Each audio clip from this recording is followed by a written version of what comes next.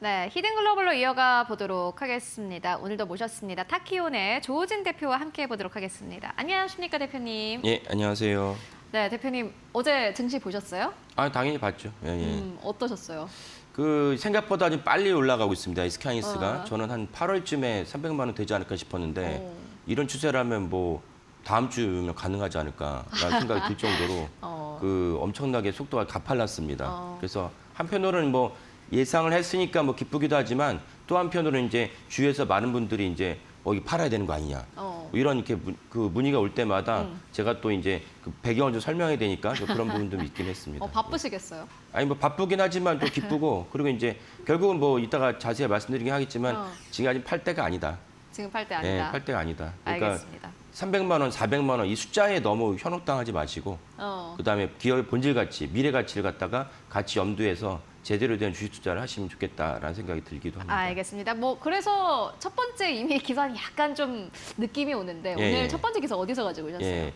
그 어저께 그 SK하이닉스가 HBM4E1을 갖다가 샘플을 공급했다고 이제 자료를 냈습니다. 그 자료를 낸 것을 이제 그 로이터가 보도를 냈고 그 보도를 낸 것과 그다음 어저께 SK하이닉스의 주가 움직임이 좀 있었는데 움직임과 같이 좀 자세히 살펴보도록 하겠습니다. 알겠습니다. HBM4E를 SK 하이닉스가 주요 고객들에게 출하했다라고 로이터 통신이 보도를 했고요. 일명 약간 닉친자이잖아요. 예, SK 하이닉스만 외치시는 예, 예. 많은 아니지만 언제부터 SK 하이닉스 보셨어요? 저는 한 3년 전부터 저희 이데일리 TV 출연을 그때 출연하기 하셨나요? 아니 그때 안 했는데 그 전에 이제 타 방송에서 출연했을 때부터 제가 삼성전자 대신에 SK하이닉스를 왜냐면 HBM에 근데 대한 3년 전에는 사실 뭐 약간 HBM 이슈가 크진 않았잖아요. 아니요, 그때도 컸어요. 컸었는데 그래요? 다만 이제 많은 분들이 또 지금도 안타까운 게 뭐냐면 삼성전자에 너무나 깊은 애정을 갖고 있다 보니까 이게 못 바꾸시더라고. 그래서 제가 그때도 3년 전에 뭐라 얘기했냐면 이제는 바꿔야 된다. 제가 어떤 특정한 회장, 뭐 이재용 회장이나 최태원 회장의 호불호가 아니고 기업의 본질과 기술을 봤을 때 바꿔야 된다라고 말씀을 드렸고 그 부분이 사실은 최근에도 그 타방수사 해당 간부랑 만났는데 네. 그 제 멘트를 기억하고 계시더라고요. 예. 알겠습니다. 저도 어쨌든 기억하고 있으니까 예, 예. 앞으로 히든글로벌에서 계속해서 좀 전해주시면 좋을 것 같습니다. 사실 예. 저도 이 마켓 시그널에 합류한 지 얼마 안 됐는데 그때부터 SK 하이닉스를 외치셔서 그 전부터 대표님 왜 합류하기 저러시나 전부터. 이렇게 생각했는데 이게 결국에는 가더라고요. 어쨌든 대표님이 계속해서 외치셨던 이 기업이 가고 있으니 오늘은 대표님의 말을 그 어느 때보다 또 좀 경청을 해보도록 하겠습니다. 예. 이 기사에서는 어떠한 내용이 좀 담겼습니까? 그러니까 이제 일반적인 내용이고요. HBM4E를 갖다가 이제 SK하이닉스가 주요 고객, 그 주요 고객을 한다면 해당 회사는 이제 어떤 고객인지 말을 하지 않아요. 하지만 누가 봐도 이건 엔비디아다. 왜냐면 엔비디아가 아니고 다른 고객에서 뭐 AMD라든지 뭐 심지어 이제 테슬라도 이렇게 HBM 필요하거든요. 네. 그런데 공급할 수 있지만 하이닉스가 굳이 주요 고객에 샘플을 보냈다라고 이제 따로 보도자를 냈을 정도면 이 주요 고객은 당연히 엔비디아 말고는 없다라고 인지하는 거고 그건 모두 시장이 다 이제 컨센서스입니다. 그래서 SK하이닉스가 HBM4E를 갖다가 이제 주요 고객 엔비디아에 샘플을 보냈다라고 인식을 할 수 있고 그 참고로 말씀드리면 HBM3의 처음에는 이제 8단이었죠. D램을 갖다 8장을 쌓았는데 하지만 HBM3E부터는 사실 8단에서 12단으로 바뀌었고 HBM4라고 얘기했을 때 다 무조건 12단이다. 이렇게 이해하시면 좋겠습니다. 그래서 어디 제가 이 말씀드린 이유는 어디 이제 기사를 보니까 이 이해도가 좀 잘못돼가지고 HBM4의 12단이니까 마치 8단, 12단 넘어간 것도 엄청난 이슈다라고 쓴 곳이 있더라고요. 그건 아니고 HBM4라는 것 자체가 벌써 12단이다라고 인식하시면 될 것 같습니다. 네, HBM4. 근데 요거 보니까는 이게 그 삼성전자 이미 HBM4E를 엔비디아에 납품했다라는 보도가 연이어서 나왔거든요. 예, 예. 그건 어떻게 보세요? 예. 그러니까 그 부분을 좀 자세히 말씀드리면 사실은 이제 샘플을 보낸 다음에 해당 회사에서 엔비디아가 퀄리파이를 하고 퀄리파이를 하면은 거기에 대해서 대량 양산을 위한 필요한 또 다른 작업으로 또 보내야 돼요. 그때 이제 어떤 작업이냐면은 그 베이스다이랑 연결한 다음에 맞아요. 베이스다이 연결한 다음에 퀄리파이가 되고 퀄리파이 되면 그 다음에는 지금은 현재는 이제 베라 루빈 뭐 그전에도 그렇긴 했지만 베라 루빈 같은 경우는 하나의 HBM에다가 밑에 베이스다이를 연결하는 것에 서 더 넘어서 72개의 72개 엔비디아 칩이 들어가요. 그래서 베라 루빈 NV72라는 게 72개에 들어간다 네. 뜻이거든요. 그러면 72개 렉에서도 이게 잘 돌아가야 돼요. 거기서 또 퀄리파이가 한번 돼야 돼요. 거기가 퀄리파이 되면 이제 거의 90% 구분 운수 넘었다 봐야 되는데 최종적인 결국은 렉을 갖다가 데이터 센터에 집어넣은 다음에 집어넣은데도 잘 돌아가면 이제는 퍼펙트하게 끝났다. 네. 적어도 3단계에 걸쳐서 퀄리파이 돼야 되니까 사실 이제는 샘플을 공급했다는 것은 자체로 이제는 큰 의미는 없고 결국 3사 중에 하나죠. 마이크론, 삼전, 하인스 세 곳 중에 하나인데 세 곳이 각축을 벌이지만 각축을 벌일 때 실제로 샘플을 공급을 했고 베이스 다이를 연결하고 그다음에 렉에 연결하고 이런 것들이 다 원활하게 이루어지면 그때서 이 기업이 이제는 이제 치고 나왔구나 이렇게 인식하시면 좋겠다라고 말씀을 드립니다. 네, 알겠습니다. 그러면 첫 번째 키워드 바로 열어보도록 하겠습니다. 키워드 바로 열어주시죠. SK하이닉스 왜 올라요? 라는 예, 키워드입니다. 사실 오늘 저희가 키워드가 이거 하나예요. 예, 이게 어떻게 보면은 지금 시청자분들이 가장 궁금해할 부분이 아닐까 하는 생각이 드는데 ADR 이슈도 있고 HBM4E 샘플 공급 이슈도 있고 그리고 무엇보다 SK하이닉스 인기가 많지 않습니까? 예, 예. 지금 보니까 외국 자금도 들어오고 있고 개인 투자자들도 역시나 마찬가지. 요즘에는 점심 먹으러 가면 다 SK하이닉스 이야기밖에 안 한다 그러더라고요. 예, 예. 그 정도로 또 많은 분들이 관심을 가지는 기업이다 보니 이게 다 합쳐져서 올라가는 것 같은데 대표님께서 어제 올라간 이유는 뭐라고 보십니까? 그렇죠. 그러니까 어저께 최종적으로는 6.5% 정도 SK하이닉스 상승을 했으니까 큰 거죠. 시총 2위 기업 6.5% 상승했다는 것도 엄청난 이제 상승입니다. 그래서 몇몇 분들이 어제 상승 이유를 HBM4E 샘플을 공급했기 때문에 상승했다라고 이제 그 추정하시는데 그 추정도 일부 맞긴 하겠지만 그 추정보다는 사실은 다른 요인이 더 크다 봅니다. HBM4E 샘플을 공급한 것이 왜 주요한 요인이 아니라고 제가 분석하는 이유는 무엇이냐면 해당 발표를 SK하이닉스가 8시 반에 보도자료를 냈어요.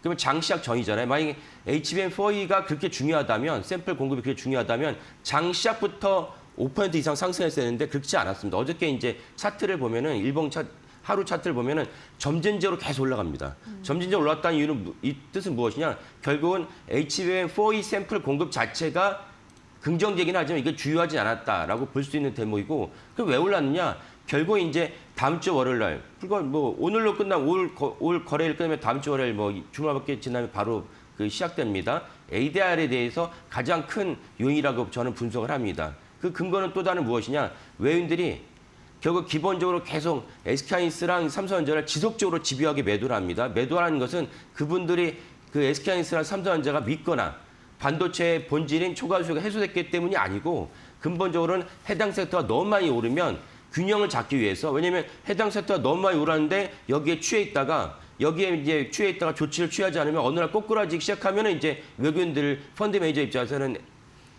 해고를 당할 수 있거든요. 그러니까 섹터를 갖다가 균형 있게 맞춰야 된다. 그러니까 너무 많이 오른 섹터를 갖다가 기계적으로 매도를 하고 매도한 자금을 갖고 현금으로 보유하고 있거나 매도한 자금을 갖고 전 세계적으로 투자할 때가 많으니까 전 세계 투자를 하는 곳에 투자하는 것이 외국인들. 그래서 사실 외국인들 포함한 모든 펀드 매니저가 해야 될 일입니다. 그래서 그런 리밸런싱을 해야 되는데 그런 관점에서 외국인들이 삼성전자랑 SK하이닉스를 집요하게 매도하고 있다라고 보시면 됩니다.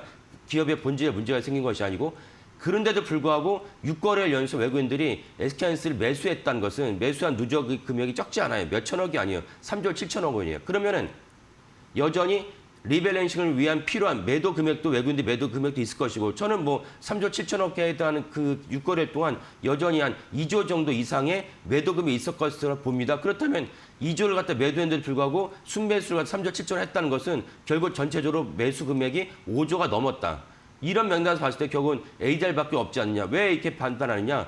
같은 거라면 사실은 SK하이닉스와 삼성전자 같은 그 차이점은 사실은 그밖에 없거든요. ADR밖에 없거든요. 그런 관점에서 외국인들은 ADR 되게 중요하게 여기고 저희 코너에서 ADR의 어떤 시종일관 큰 뉴스를 갖다 제가 말씀드리지 않았습니까? 그런 맥락에서 어제도 ADR 때문에 외국인들이 SK하이닉스를 샀고 그래서 어저께 SK하이닉스 6.5% 올랐다라고 이제 저는 이제 분석을 합니다. 저 갑자기 그런 생각 드는 게 ADR 이슈 얘기해 주셨잖아요. 그러면은 외국인들이 그 포트에서 담아야 되는 비율이 있을 텐데 예. 그러면은 어차피 미국 증시에도 SK하이닉스가 ADR 상장돼 있으면은 한국 안에서 반도체 비중을 조정을 할 때 예. SK하이닉스 말고 삼성전자를 사고 미국 증시에서 SK하이닉스 ADR을 살 가능성도 있나요? 그럴 가능성은 완전히 없다고 볼 수는 없지만 그럴 가능성이 좀 적다고 봅니다. 그 이유는 이제 결국 ADR을 상장하면 뭐가 좋은데 그렇게 이제 조우진 이렇게 떠들어야 되느냐라고 이제 말씀을 드리면 이미 저희 코너를 쭉 보신 분들은 아실 거예요. 예를 들면 미국의 개인 투자자들이 직접으로 펀드나 ETF를 통하지 않고 SK하이닉스 살 수 있는 그 MTS 살 수 있는 길이 열렸다. 첫 번째, 두 번째 기관들이 미국에 있는 기관들 몇몇 곳에는 상장사, 미국 상장사 아니면 살 수 없는 조항이 있기 때문에 SK하이닉스를 직접 편입하고 싶어도 편입하지 못했던 펀드 매니저들이 이제는 ADR 상장을 발매하면서 SK하이닉스에 편입할 수 있는 길이 열렸다. 이 두 가지가 제일 크고 그다음에 또 하나 중요한 것이 무엇이냐?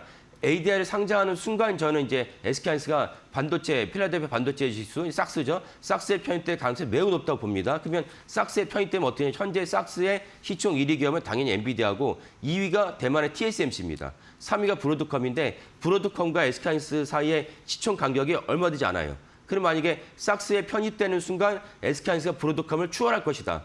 이 점도 되게 중요한 요소이고 두 번째 또 무엇이 중요하냐? 삭스에 편입을 했을 때 삭스에 편입되면 기기적으로 패시브 자금이 SK하이닉스에 들어오게 됩니다. 이렇게 봤을 때 굳이 이런 것들 잘 아는 외국인들이 앉아서 SK하이닉스 올라가면 수익률이 앉아서 보장이 되는데 이번에 스페이스X의 광란이 왜 생겼느냐?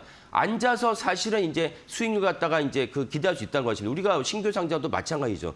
그런 맥락에서 스페이스X가 엄청난 광풍을 불러일으켰는데 스페이스X는 사실은 뭐 재무제표 봐서는 이게 기대할 수 없는 주식입니다. 하지만 SK하이닉스는 재무제표 봤을 때 기대할 수 있는 지식이에요.